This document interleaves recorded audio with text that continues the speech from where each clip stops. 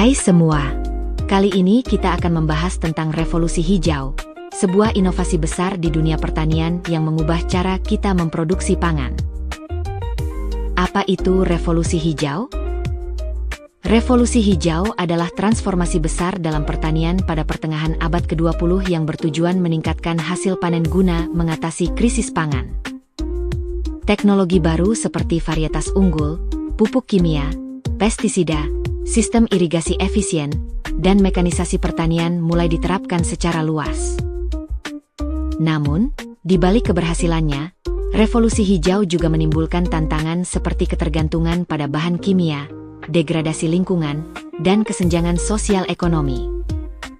Seperti itulah gambaran umum mengenai revolusi hijau. Sekarang, mari kita lihat bagaimana manajemen yang diterapkan dalam revolusi hijau. Manajemen dalam revolusi hijau. Keberhasilan revolusi hijau tidak hanya bergantung pada teknologi, tetapi juga pada manajemen agribisnis yang efektif. Ini mencakup pemanfaatan data untuk menganalisis pertumbuhan tanaman, mengidentifikasi kendala, serta menerapkan praktik pertanian yang berkelanjutan.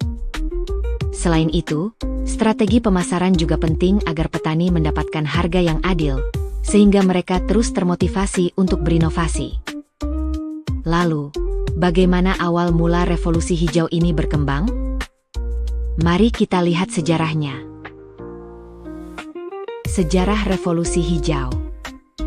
Revolusi hijau dimulai pada pertengahan abad ke-20 dan dipelopori oleh Norman Borlaug di Meksiko. Berkat teknologi pertanian modern, banyak negara seperti India berhasil mencapai swasembada pangan. Di Indonesia, revolusi hijau diterapkan melalui program BIMAS pada era Orde Baru, yang membawa negara ini mencapai swasembada beras pada 1984. Meski sukses, ketergantungan pada bahan kimia menimbulkan dampak negatif bagi lingkungan dan petani kecil.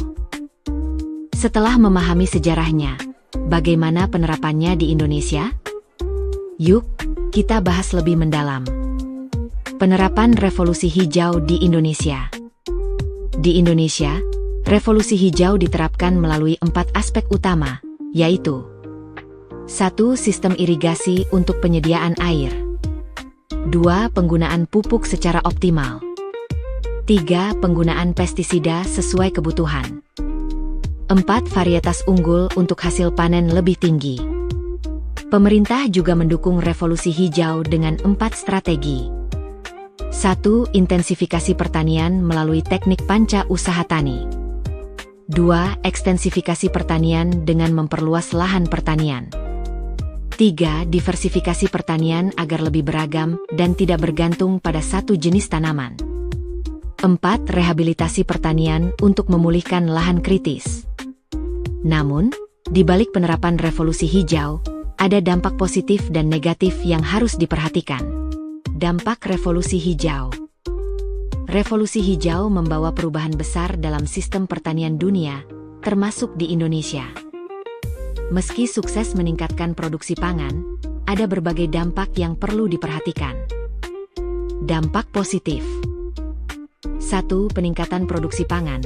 Hasil panen meningkat drastis berkat penggunaan benih unggul, pupuk, dan irigasi yang lebih baik. 2. Kenaikan pendapatan petani. Petani yang mampu beradaptasi dengan teknologi mendapatkan hasil yang lebih tinggi. 3. Meningkatkan kesadaran akan teknologi. Masyarakat pertanian lebih terbuka terhadap inovasi, seperti mekanisasi dan sistem irigasi modern. 4. Memperkuat ekonomi masyarakat. Dengan surplus produksi, sektor pertanian turut mendukung pertumbuhan ekonomi nasional. Dampak negatif. 1. Kesenjangan pendapatan. Petani besar lebih mudah mengakses teknologi dibanding petani kecil, memperlebar kesenjangan sosial ekonomi. 2. Ketergantungan pada bahan kimia. Penggunaan berlebihan pestisida dan pupuk sintetis mencemari tanah dan air, merusak keseimbangan ekosistem.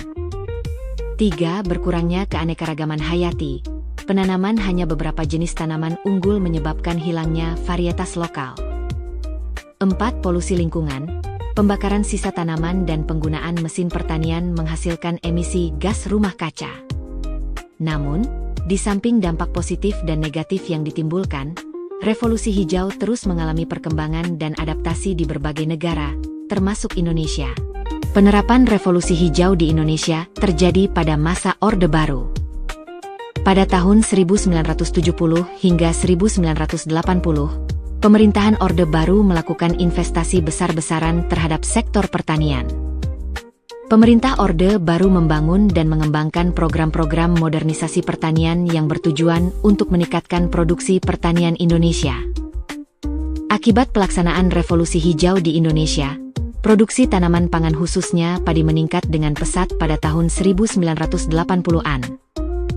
Sehingga Indonesia dapat bersuasembada dan mengekspor beras ke negara lain.